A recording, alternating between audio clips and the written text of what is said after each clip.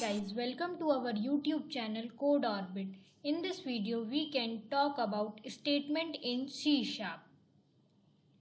The actions that a program takes are expressed in statement. मतलब जो भी action perform किए जाते हैं प्रोग्राम्स में, जो भी एक्शन प्रोग्राम लेता है वो एक्सप्रेस करता है किसके फॉर्म में? स्टेटमेंट्स के फॉर्म में.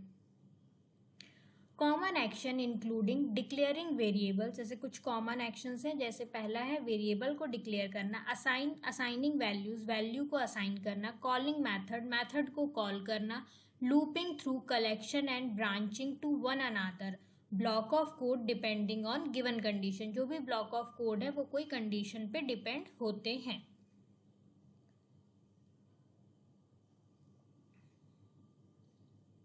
A statement can consist of a single line of code that ends in a semicolon. अब जो स्टेटमेंट है वो सिंगल लाइन ऑफ कोड में होती है जो कि एंड होती है सेमीकोलन के थ्रू, और a series of single line statement in a block, या फिर वो series of single line statement होती है किसके? ब्लॉक के फॉर्म में. A statement block is enclosed in curly brackets and contain nested block. अब जो स्टेटमेंट ऑफ ब्लॉक्स होता है वो इनक्लोज होता है, मतलब हम जो भी स्टेटमेंट रहता है वो कर्ली ब्रैकेट्स के अंदर लिखते हैं, और वो क्या कंटेन करता है? नेस्टेड ब्लॉक्स भी कंटेन करता है. After that types of statements. There are some types of statement. First, declaration statements. Second, expression statements. Third, selection statements. 4, iteration statements. 5th, jump statements. 6th, exception handling statements. 7th, checked and unchecked. 8th, the await statement. 9, the yield return statement. 10, the fixed statement. 11, the look statement. 12, labeled statements. 13, the empty statement. अब हम इन statements को one by one देखेंगे. तो आज हम देखते हैं first declaration statement. Declaration statements. A declaration statement introduce a new variable और कांस्टेंट. जो डिक्लेरेशन स्टेटमेंट होती है वो इंट्रोड्यूस करती है नए वेरिएबल को या फिर कांस्टेंट को.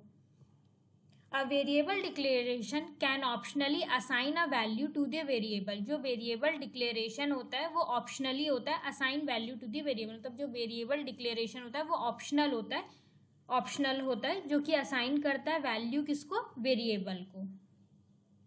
In a constant declaration the assessment is required. अब कांस्टेंट डिक्लेरेशन में क्या होता है?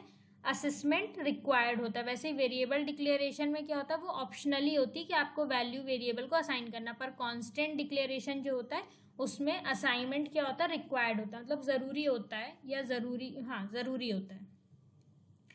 अब हम देखते हैं, अब हम चलते हैं अपने माइक्रोसॉफ्ट विजुअल स्टूडियो 2022 में, और हम इसको प्रोग्राम के जरिए समझेंगे कि डिक्लेरेशन स्टेटमेंट क्या होता है. तो मैंने यहाँ पे माइक्रोसॉफ्ट विजुअल स्टूडियो ओपन किया. यहाँ पे मैंने क्रिएट अ न्यू प्रोजेक्ट पे गई. सर्च बार पे जाके मैंने सर्च किया कंसोल.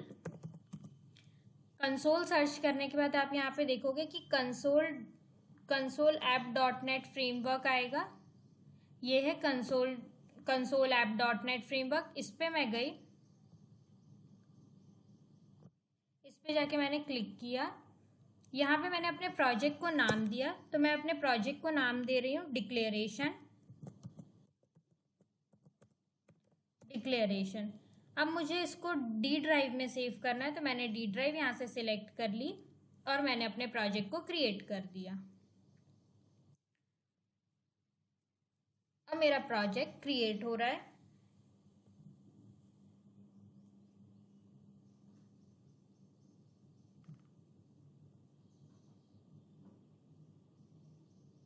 ये देखो मेरा प्रोजेक्ट क्रिएट हो चुका है. अब मैं यहाँ पे लिखती हूँ मुझे डिक्लेरेशन करना, तो मैंने एक डबल एरिया ले लिया.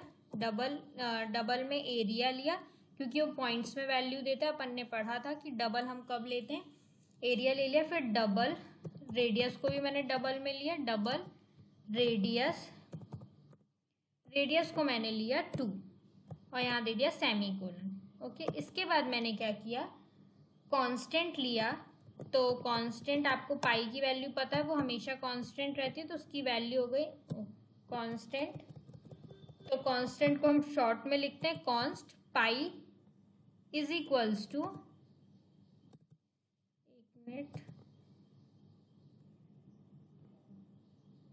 कॉन्स्ट डबल लिख लो पहले, const double pi is equals to, क्योंकि उसकी वैल्यू भी पॉइंट्स पर आएगी, 3.14159, फिर दे दो सेमी कोलन, और उसके बाद हम लिखेंगे एरिया। अब एरिया क्या होता है, area is equals to pi multiply by pi star, फिर लिखेंगे रेडियस, फिर मल्टीप्लाई, फिर लिखेंगे radius.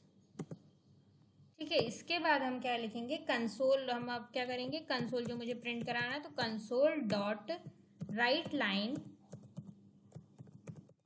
Console dot right line area.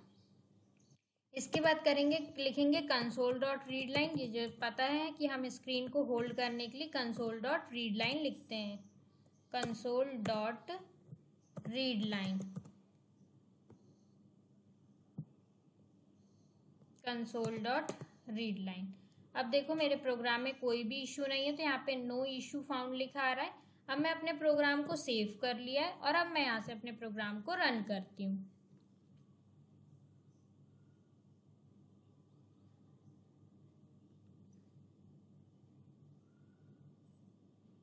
तो ये देखो, ये आ गया मेरा एरिया। तो आई होप आपको ये प्रोग्राम समझ में आया होगा। डिक्लेरेशन स्टेटमेंट क्या होता है, हम उसको प्रोग्राम्स में कैसे यूज करते हैं।